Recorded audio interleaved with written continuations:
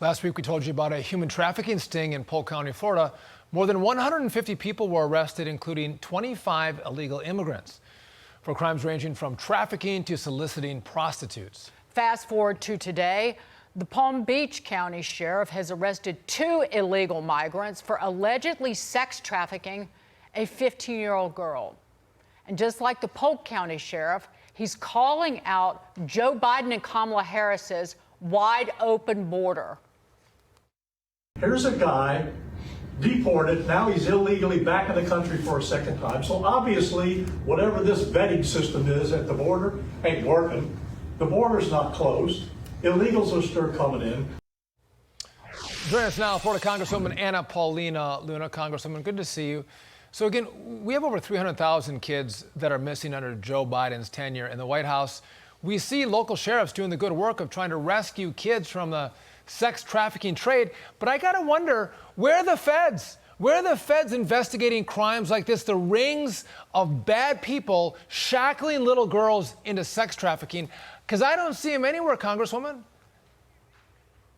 No, in fact, those feds are actually currently busy investigating grandmothers that show up at abortion clinics. You know, this is the exact problem that we have with this administration, is that they claim to care about women, they claim to promote women, yet they do nothing about the sex trafficking, rape, and torture of Hispanic women and children at the U.S.-Mexico border. This is not a new issue. In fact, under President Trump, he was one of the toughest presidents on this very issue, which is why he took the stance that he did on illegal immigration. But look, Joe Biden and Kamala Harris, they ran on an open border platform. They thought that Hispanic Americans would embrace this. And what they're finding is people don't want Sar Kamala's border policy. In fact, a lot of these areas along Texas that are directly impacted by illegal immigration know what happens to our women and children, and they're rejecting it, which is why you're seeing this massive shift of Hispanic voters for President Trump. It's disgusting. Kamala Harris, for ignoring this, she needs to have a talk with God for sure, because it's disgusting. What else is, because it shouldn't take anything else even beyond this. As soon as Joe Biden and Kamala Harris began reversing dozens of President Trump's orders that secured the border, there were women and children drowning in the Rio Grande almost immediately. And how much is beyond this? What are the issues that are resonating with Latino voters, particularly in Florida? Well, the number one issue right now, I think, for just like any other American, is the economy and inflation. But when you see immigration, border security, we literally have violent cartels taking over apartment complexes. And for those illegal migrants that are coming here that might be more peaceful, those people aren't being exposed to the American dream. They're basically being sold, as you see, into sex slavery, into areas of society that basically operate in the black market. And then you see recently that Tim Walz actually just got busted giving massive taxpayer dollars to corporations that was hiring migrant children to clean out slaughterhouse facilities. Tell me how that's the American dream. Tell me how these people will say, my body, my choice, yet do nothing when women and children are raped and tortured because it doesn't fit their political agenda. I can tell you, look, I am first and foremost an American citizen, right? But I'm also half Hispanic. And when I see stuff like this, it genuinely ticks me off. And I'm tired of it. American people got poor, and you know who got rich?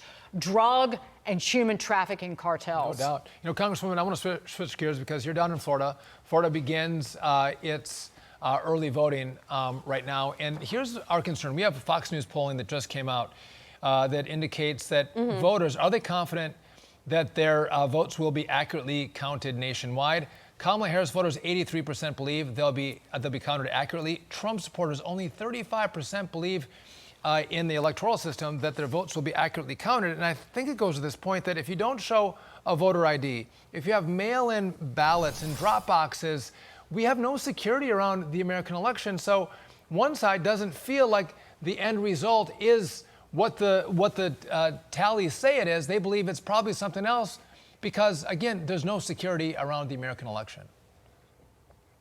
Let me tell you, I am first and foremost an election security hawk, and what I will tell you is that I've spoken directly to Mr. Whatley, who's been charged with ensuring that this election will be the most secure election in U.S. history. The reason why we want people to show up early and vote in person is because you never know what happens on Election Day. So we need to literally make it too big to rig, as President Trump says. But what I will also tell you is that we have thousands of attorneys ready to go, boots on the ground. We have poll watchers. We have a massive election integrity effort, and to include being able to actually check that your ballot was counted for. So we're not going to just turn a blind eye. What I can tell you is the GOP absolutely dropped the ball last election cycle, and we weren't ready. We didn't have the grassroots infrastructure. And I think with the firing of the former GOP chairwoman, I think we're in pretty good shape. So what I will tell you is your vote will count. Make sure that you show up early and in person. Bring your friends, bring your family. Do not sit this one out, because let me tell you, Democrats are showing up and they're voting. But here in Florida, we are blowing the doors off of early voting, and we need to continue that momentum until Election Day. Not just here, but across the country.